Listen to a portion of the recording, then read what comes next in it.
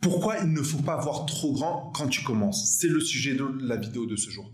Salut à toi et bienvenue sur ma chaîne YouTube. Là, on va parler de vision. De vision quand tu entreprends. Souvent, on te dit, quand tu entreprends, vois les choses grand.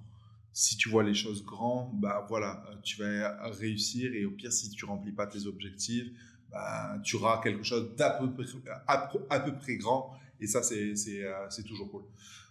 En soi, ils ont raison. Ils ont raison. Il faut voir les choses grand, mais pas quand tu débutes. C'est ça qui est hyper important. Parce que quand tu débutes, finalement, avoir trop grand, tu es dans une espèce d'illusion parce que t'as pas de vécu, t'as pas d'historique, t'as pas de statistiques, et du coup, tu peux pas te projeter en n'ayant rien. Ça, c'est complètement logique, tu vois.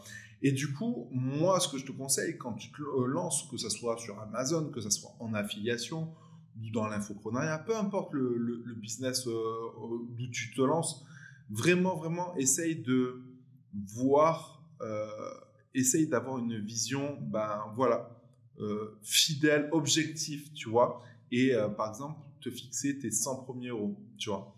Après, ou tes 1000 dirhams, te fixer tes 500 premiers euros, etc. Et le fait de te fixer des objectifs concrets, réalisables à court terme, vont te permettre de plus tard augmenter ces objectifs et de viser après très haut. Tu ne peux pas viser très haut sans statistique. Ça, c'est une chose, c'est une certitude et c'est hyper important à comprendre. Mais pour ne pas te décourager, pour ne pas te démotiver, il faut vraiment que tu fixes des courts objectifs. Moi, dans mon programme Life for Us, et vous aurez l'occasion de le découvrir plus tard, voilà, c'est un programme sur, on va dire, l'affiliation, mais pas seulement.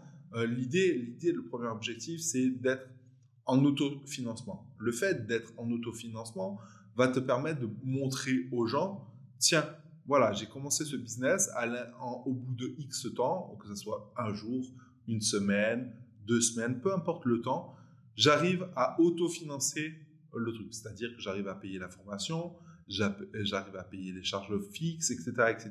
Et du coup, tu peux montrer aux gens que, bah voilà, j'arrive déjà en break-even et du coup, ça marche. Ensuite, tu vas te fixer tes premiers 100 euros ou tes premiers 1000 dirhams. Et là, tu vas remontrer, tu vas faire, bon, ben, ça y est, j'ai réussi. Le fait d'avoir réalisé 100 euros, tu vois que c'est possible. Et du coup, ce que j'ai appliqué comme méthodologie, que ça soit même pour Amazon, hein, un produit, tu arrives à avoir un autofinancement, etc., c'est-à-dire avoir remboursé tes abonnements, ta formation, etc., et à générer un petit revenu, bah après, il suffit de multiplier le nombre de produits pour faire beaucoup plus d'argent. Pareil pour l'affiliation, il suffit de scaler, c'est-à-dire que de créer soit plus de contenu, soit augmenter ton audience, soit répéter la procédure que tu as faite pour générer tes premiers 100 euros, pour faire tes 500 premiers euros, puis tes 1000 premiers euros, etc. Et du coup, ça, c'est hyper important. Une fois que tu as cette statistique sur 3 mois, sur 6 mois, là, et seulement là, tu vas pouvoir te créer des gros objectifs. Et là, voilà, en créant des gros objectifs, bah, tu vas te challenger, mais de façon aussi réaliste parce que tu as de la data et surtout, tu sais comment faire pour pouvoir réaliser ces gros objectifs. Voilà, je désirais te faire prendre conscience de ça parce que c'est hyper important de penser entre guillemets de la bonne façon. Je dis pas que j'ai la science infuse et que j'ai la recette miracle pour ça, mais déjà en étant objectif quand tu te lances sans aucune data, sans aucune statistique, ben tu te donnes les meilleures chances pour réussir. Voilà, si cette vidéo t'a plu, je t'invite à liker, je t'invite à te rajouter à la newsletter et regarder tous les petits liens qu'il y a en dessous de cette vidéo. Et sur ce, je te dis à bientôt dans une prochaine vidéo. Ciao!